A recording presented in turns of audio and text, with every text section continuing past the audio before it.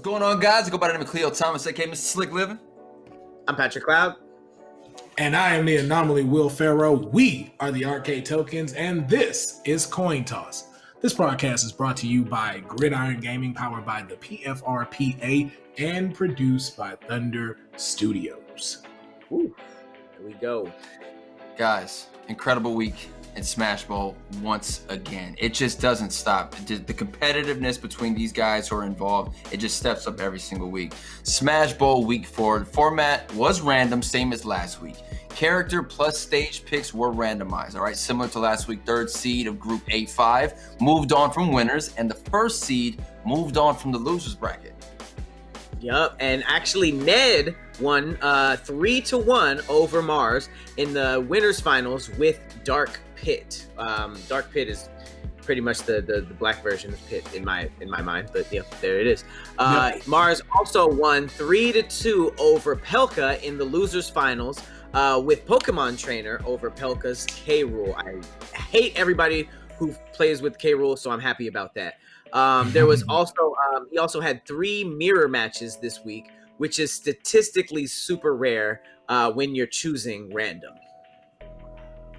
Yes, indeed. Yes, indeed. Now, for next week's tournament, though, next week's tournament will return to squad strike results, which we saw up in Group A2 in the past. Now, in this rule set, each player will select 5 characters before the sets begin. They can only use these 5 characters throughout the set, and they can only use each character once, and that means they would have to switch after every game, even if they have won. So, counter picks will function regularly, with the loser of the previous game having the advantage of picking second. So, we're going to really get to see a lot of these players, one, their mains, who their backups are, and just exactly how well are they in rotating with some of these favorite characters, as they can only play with them once, even if they win or lose. But you will be able to find this out just like we will be able to find this out, because you can watch all the action coming this Sunday. All right, and you can check that out at 4 p.m. Eastern, 1 p.m. Pacific Standard on Thunder Gaming's Twitch channel. Now, for those that don't know the Twitch channel, it is twitch.tv/Thunder Gaming LA. And if you'd like to see the bracket or learn anything else about the rule sets, just in case you're like, hey, I know words, but I don't know what this means, you can check out the smash.gg page to find out all the rules and the brackets of who is exceeding in this tournament. That is smash.gg/tournament/smash-bowl-mmxxi/details. It'll be here on the bottom, of course. That's what post-production is for. But yeah, make sure you check out all the action here at the Super Smash Bowls tournament. Yeah, man. Continuing to step it up every single week makes it a lot harder for these guys to figure out who's going to be the top guy at the end of this matchup, man. Who's going to bring it home? Who's going to get that trophy? Who's going to get the grand prize? Question, did any of you guys see the footage that just dropped in Nintendo Land? You can't see my hand, but my hand is up. Will obviously have seen the footage. You can see this. I did not see it yet, and I'll let Will kind of ease us into that. I will say that Nintendo Land is probably the most exciting thing that is being put off by COVID. I genuinely think that if this whole pandemic thing wasn't happening, the Arcade Tokens probably would have had like a nice little summer trip up to Tokyo, and everything we've seen. We've done a couple of react videos on just like the small images that they found. We see that there's a Princess Peach castle. We see that there's piranha plants. We see that you can go around. There's a Bowser's castle. I'm excited to see this because I feel like we've seen the progression since it was announced, and they've been keeping it under wraps. You'd think that if this was in America, some random worker would have been leaked this to WorldStar, been leaked this to TMZ, but they got like a tight knit security process over there. So I'm excited. Will, you saw it. Are you more excited than when we were doing reacts? Are you kind of over it? Listen, now I know I shouldn't say this and I should be responsible, sir, but I want to risk the vid for this. Okay. I want to risk the livelihood of myself. I am rich, sir. I'm thinking about it. I was like, yo, do they have any places where you volunteer to get injected with COVID? Let me just knock this out. See if I survive and knock this out. Then I can just go places. Fellas, Let's couldn't just wait. get it. I'm telling you, I look, listen. At first, like I used to be like, yo, that's bullshit. But now when I saw this, I was like, you know what? It's about that time. I think I'll bounce back anyway. I'm fully okay with walking around Nintendo Land with no sense of smell. I think that's okay. I think that's fine. Pat, I'll have a sort. Pat, we've drunk Arizona teas all our life. We're gonna be fine. Okay, if we didn't die from that, we're gonna be a-okay. But fellas, I just gotta tell y'all, everything that we suspected from like our token reacts, everything we've seen is legit and beyond.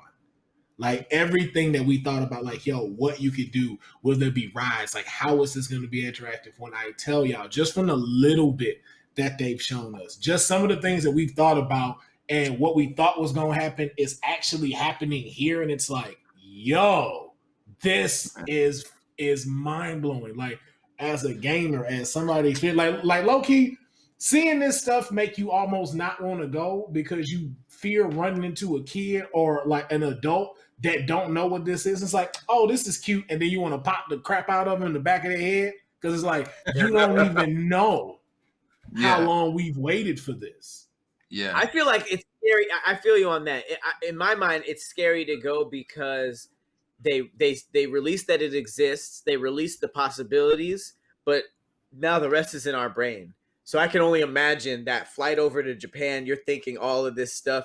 My fear is that you get there and it's just a dude in a Mario in a suit, like with an ice cream cone. Like, hey, you want a $30 turkey leg or something like that? Like, I'm scared that it's gonna be like lackluster. But I know Nintendo, and they don't do anything lackluster. Exactly. So I know we have a lot to do today. I'm sorry. What? No, you gotta keep the faith with it. Oh yeah, no, I was just gonna say, like, I know for you for a fact, Pat, like even just seeing the things that you've seen, like you took a whole adventure to Hogwarts to go enroll into Hogwarts, which I must say, did think was a real thing. Definitely tried to hop in there too. Just gonna be honest. You will definitely enjoy how they've set everything up. Like that first experience, I think is gonna knock all of that out for us. Like just what I've seen. Again, I don't want to give nothing away because I want y'all to see everything, because you're gonna see like just what I mean when I tell y'all everything we thought like, yo, this could be this could be this could also be this. Right. We haven't, bro. We were just like maybe this much on the surface. They got it already. One question, because I know we have okay. Go ahead, brother. Go.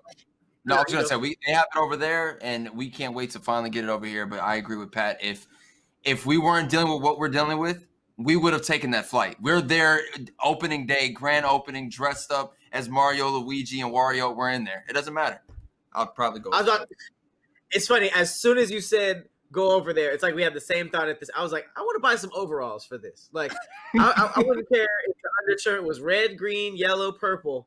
I feel like we need to go as some form of the Mushroom Kingdom dudes, villain or good. But I will say this, because I know we have a lot to get to on today's episode. We have an amazing interview coming up.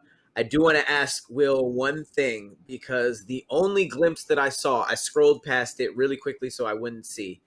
As vague of an answer as you can give, I just want to know the answer to this question.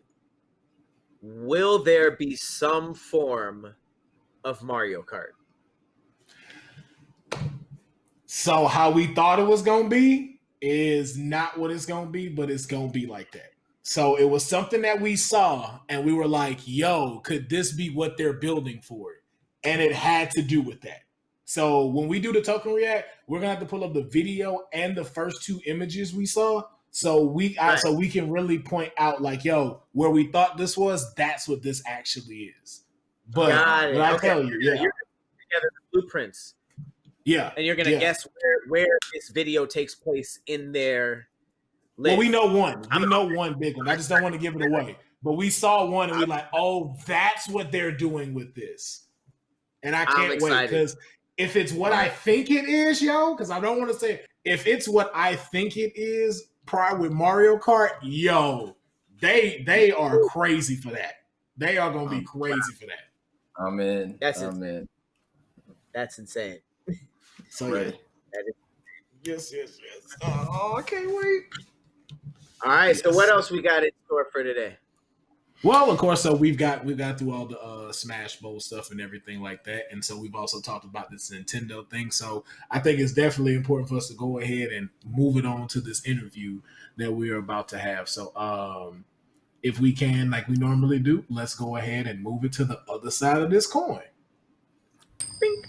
The one, the only, the best Snake Smash Bros. Player in the world. He goes by the name of MVD. What's going on, MVD? What's up, guys? How y'all doing? Best Snake player on the planet. Does this come with some type of big head? Do you kind of walk into to tournaments and size everybody up like they can't see my snake? Like, what's going on? How does it feel to be the best Snake player in the world and other people are co-signing it?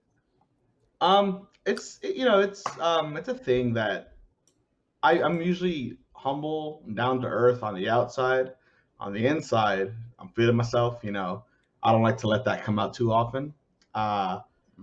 But it's nice having like people realize and understand that and acknowledge you as the best or one of the best, because there's obviously debates all the time.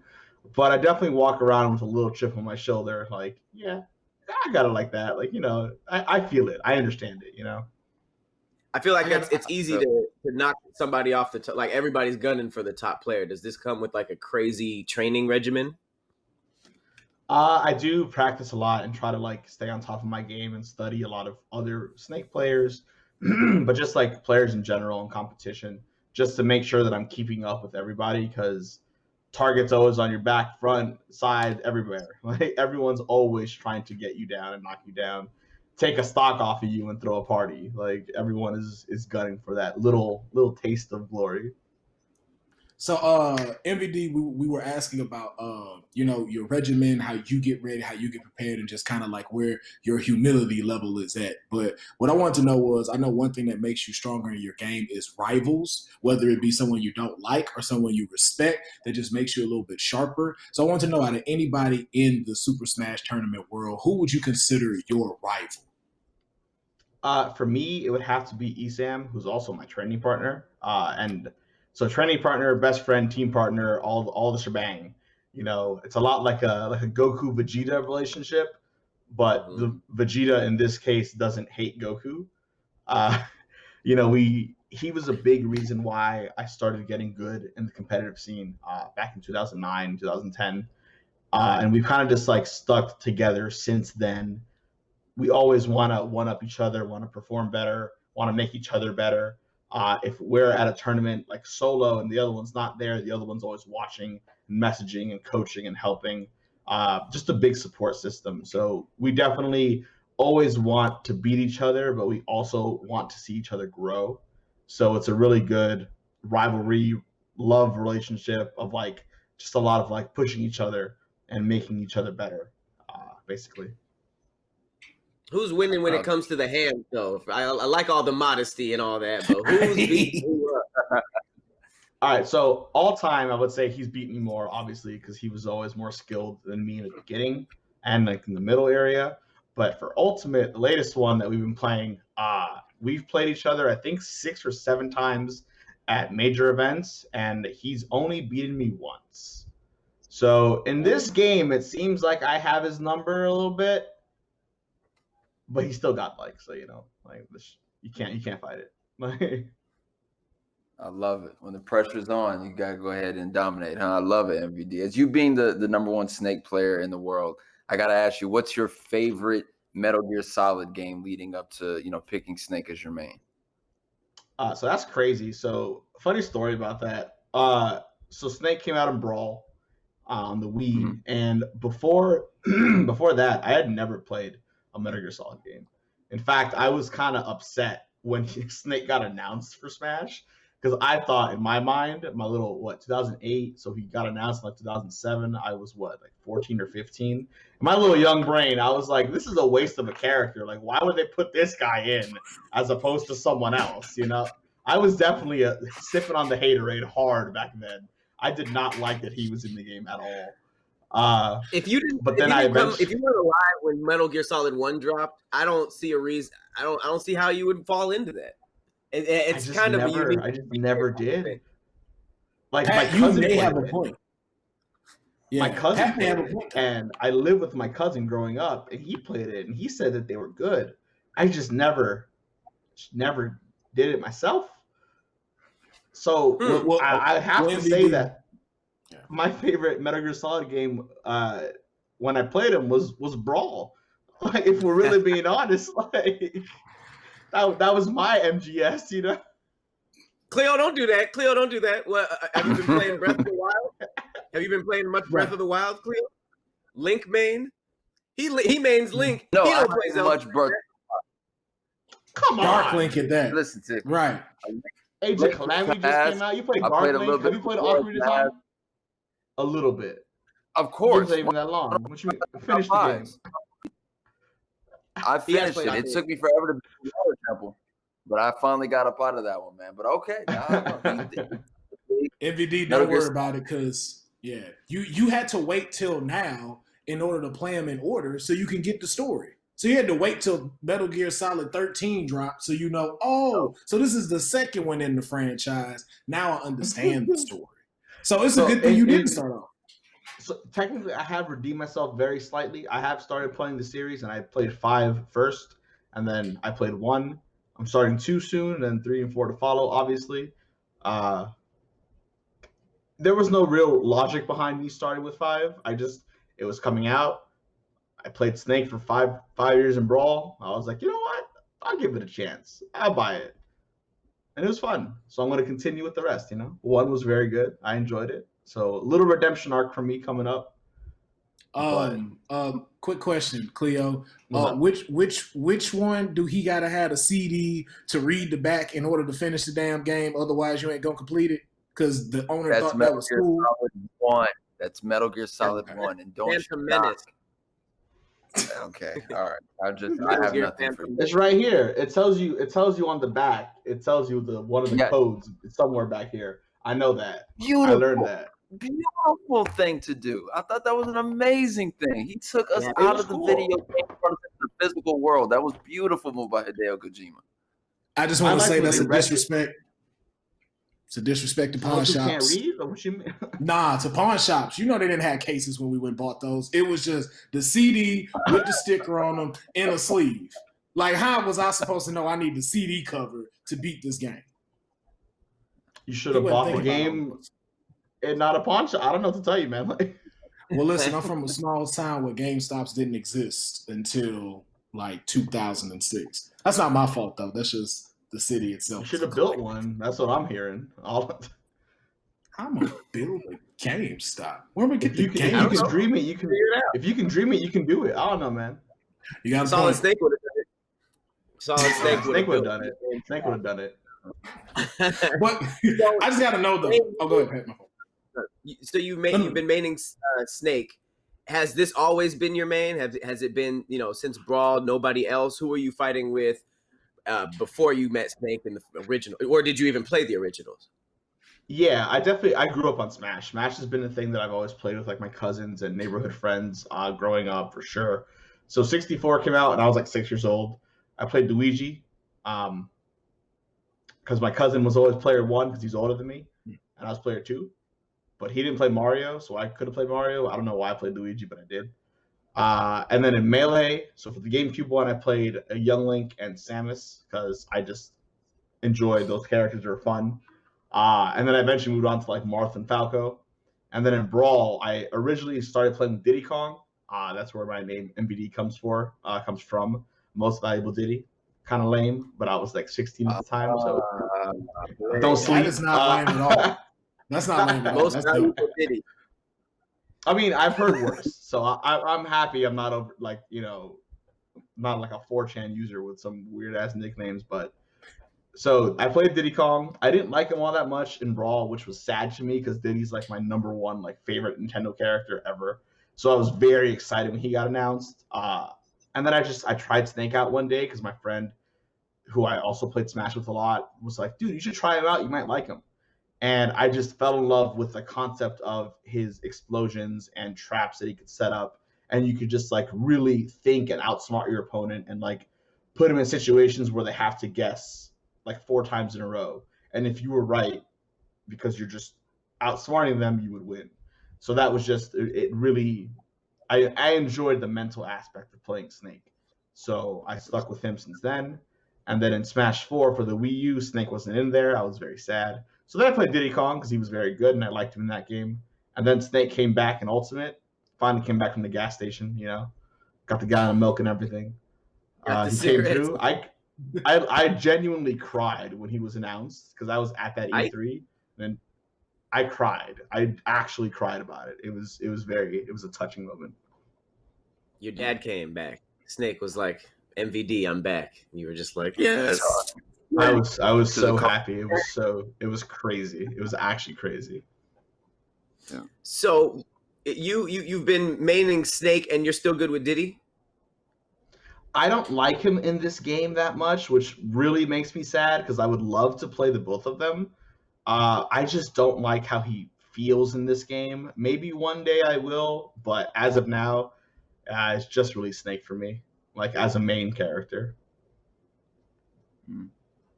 Okay. Well, speaking of that though, I've noticed, like, of course, you've been in the Smash Bowl tournament at Thunder, and you have been killing it. And so you did mention Luigi, and I know one of your other people that you normally do play with is Mario and stuff. So I wanted to know, like, outside of just like Smart Mario and Snake, who would you say are like your top 5 go-tos, especially like with this week coming up where you'll have to pick 5 people to be able to play and rotate those out. So who are your 5 main people you play with in Smash? So for me, regarding Smash Bowl, I didn't make it to this week coming up.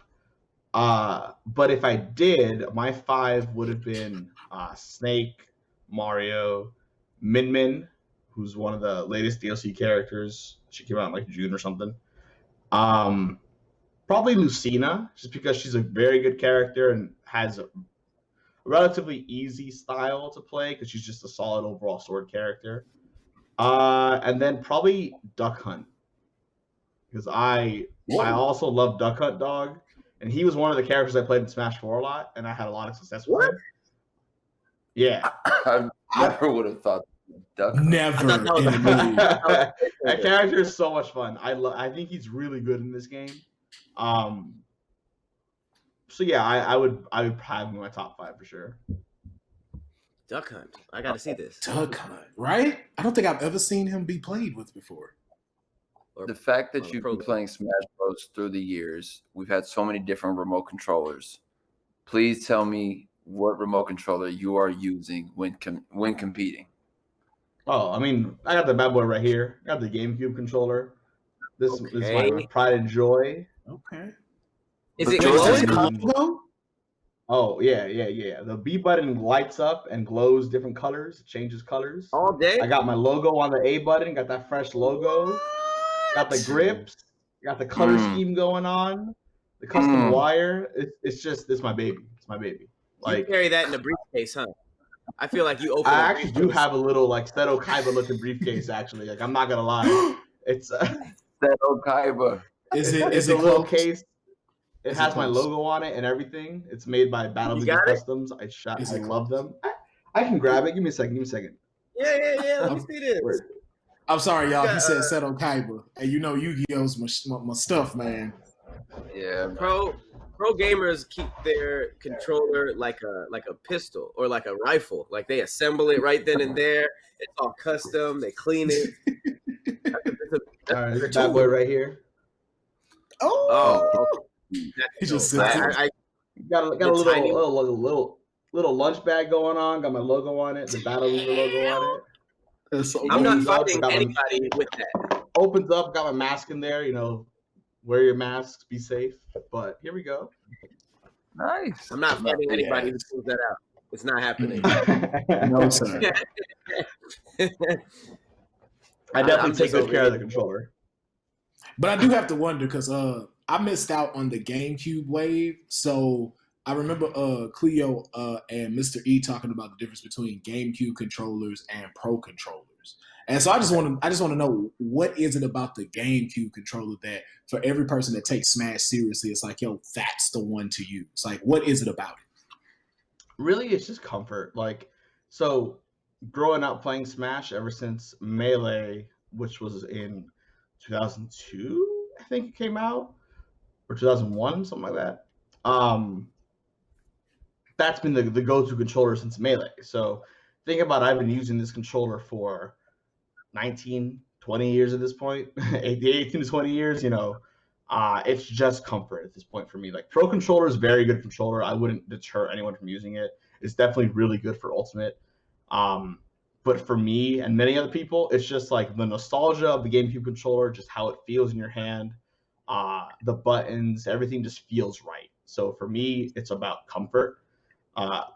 Pro controller, if I had to use it, like if GameCube support just suddenly stopped happening for the Switch or for Ultimate, Pro controller, I could definitely see myself using it. But for me, GameCube just feels the best for me. Okay.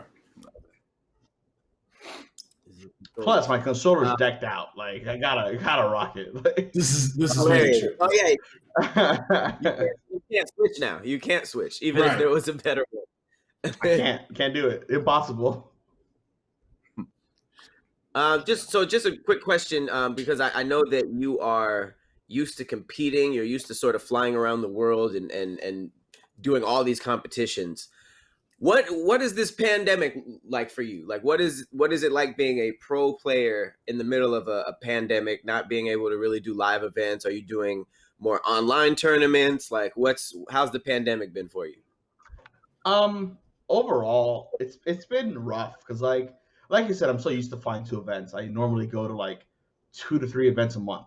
So flying out maybe every other week, going to a different city, a different state, different country sometimes.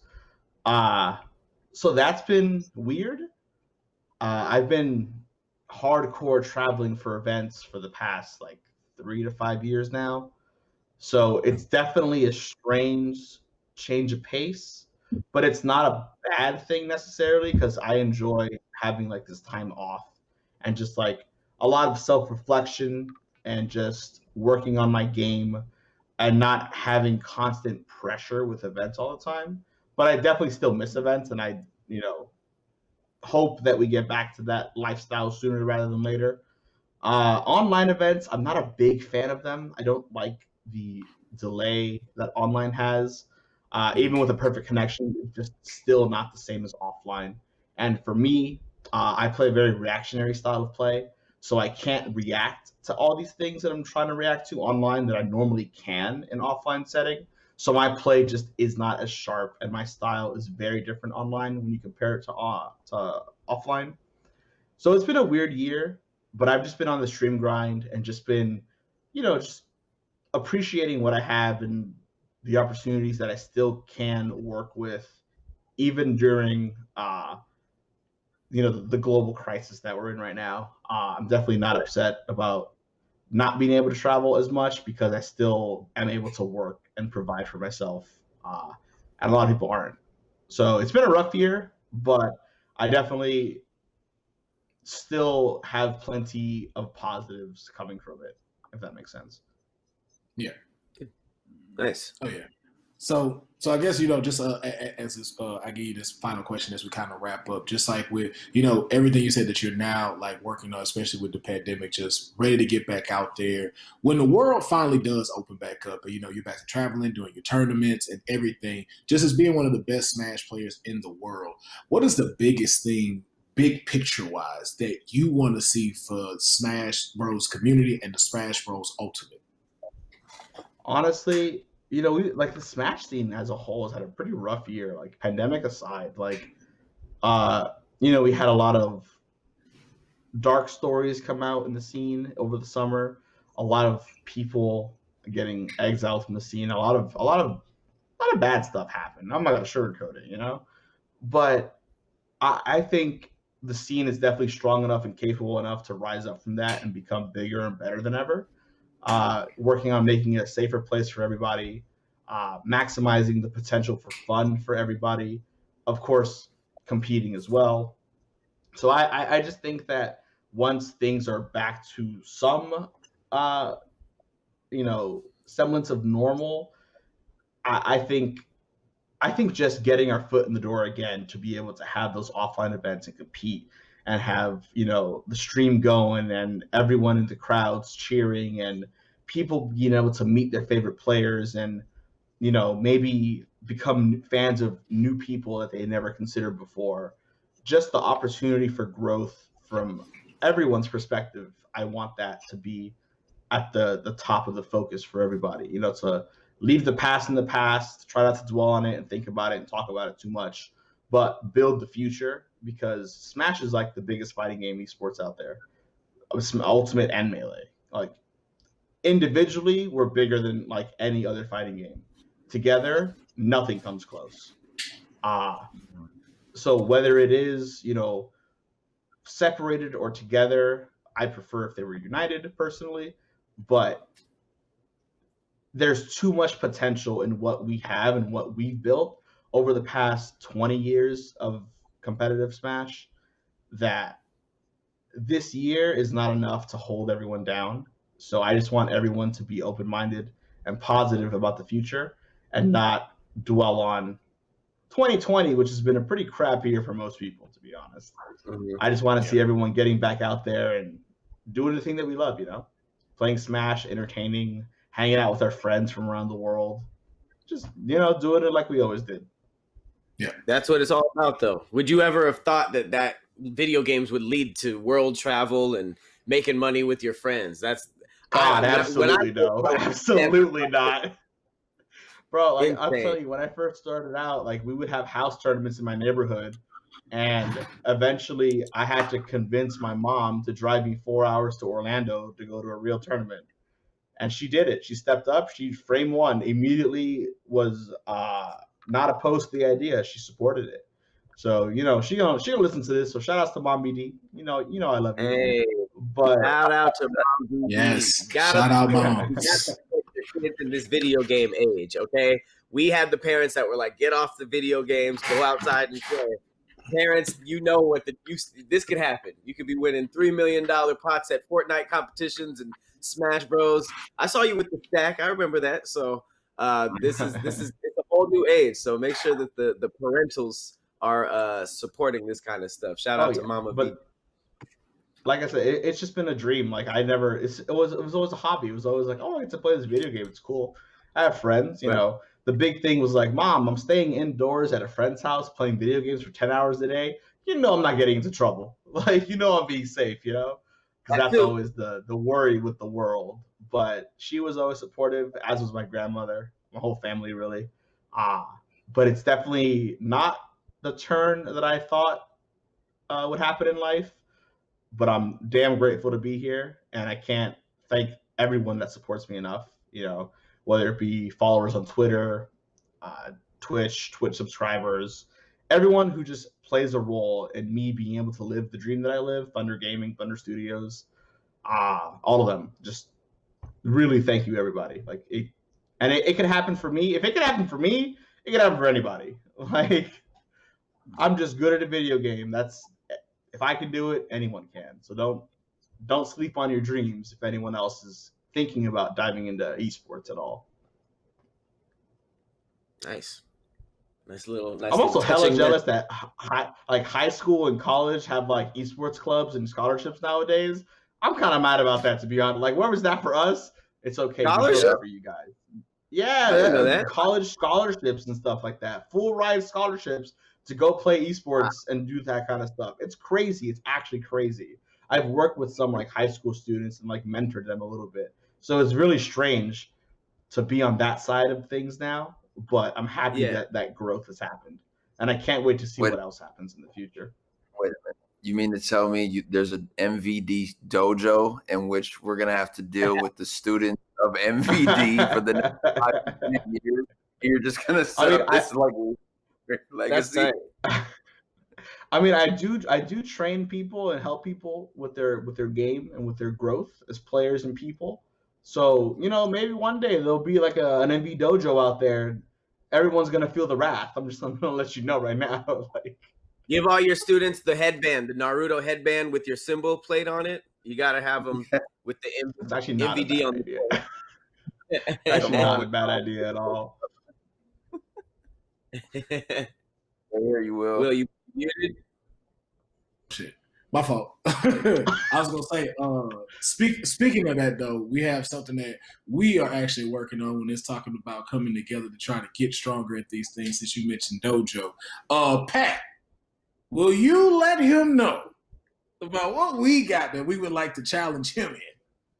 Listen, I know you're a pro player and all, and you think you're the best in the world and all of that stuff, but we have a little show where we just like to come together and just give a good old-fashioned arcade tokens jumping to a pro player, 3 versus 1, just to see if we can at least knock a stock off. Like you were saying earlier, how people want to knock one stock off and throw a party. That is me. I am people.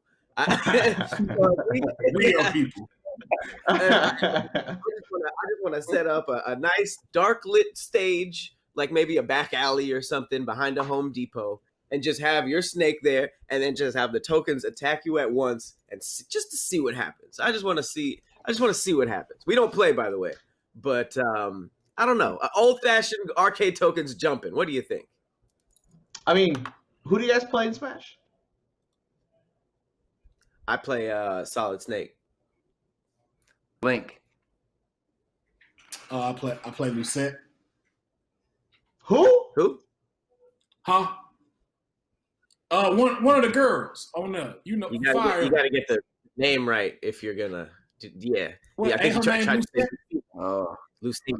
Yeah. Well, that didn't work. Lucina. Lucina, that's crazy. Yeah, he plays Kirby. He plays Kirby. He plays Snake. Captain Kirby. Captain Kirby. Please respect. I played Pac-Man. I didn't want you to make fun of my choice. I didn't either. Oh, Pac-Man. I respect Pac. My mom played Pac-Man growing up. She was one of the best Pac-Man players out there. So anyway, Kirby literally sucks. Okay, He does. That's what he does. You gonna be fruit salad in 2 seconds. Okay. And you, what you gonna want to do? You Link? I don't know. I don't got a Link pun. Ain't that the girl? Ain't that the girl in Link? Is that her name? Is that in the Zelda game? The dude is Zelda, right? But anyway, I'd be down. Wow. I'd be down. I would definitely be down. As one of the better people in the scene at doing 2v1 comebacks and doubles, I think if I can take on 2 pros at once and win, I can take on the 3 of you and win. I'm just there. I think. I don't think any of us expect to win, but I'm gonna put you in the Metal Gear Solid stage, so you're not gonna know what's happening because you ain't never played any of the games. So I'm gonna confuse you with Metal Gear lore. That's the home field advantage. You want to take me to Shadow Moses Island? Okay, you know more. I don't anymore since you know the name. No, I didn't think he was gonna know all that. Well, MVD, we love talking to you. We were looking forward to this jumping. Thanks for jumping into the coin toss. Do you want to let your fans and everybody know what you got coming up and where they can follow you? I mean, honestly, I'm just gonna be grinding the stream, practicing a lot. Twitch.tv/MVD_731. You can follow me there. Hit your boy up with a sub if you want. Prime Gaming is a thing. Got Amazon Prime, I know you do. Hook it up. Throw that bad boy over here. If you want to see me on Twitter, twitter.com. My @ is MVD731. Those are the 2 main places that I usually do things. But that's it. Not a lot of events coming up because, as I said, I don't really like doing online. Maybe once in a while is a little treat for some people, but really just stream grind and just working on a bunch of things. Esports wise, it's just working on my Smash game and just trying to up the stream game, and that's about it. Nothing too crazy. Boom. There it is. Yep. MVD. We'll see you soon, man. Thank you so much for pulling up to Coin Toss. Keep sure, killing guys. it. We'll when it comes to the Smash circuit, man. And we will see you in the arcade tokens versus MVD jumping. For sure, Please man. don't Let me send know. type who follow your dojo and your rules. Don't send them our way, bro. We don't want to deal with 5 more. All right, appreciate it. All right, take care, guys. Take it easy, bro. This podcast is brought to you by Gridiron Gaming, powered by the PFRPA and produced by Thunder Studios.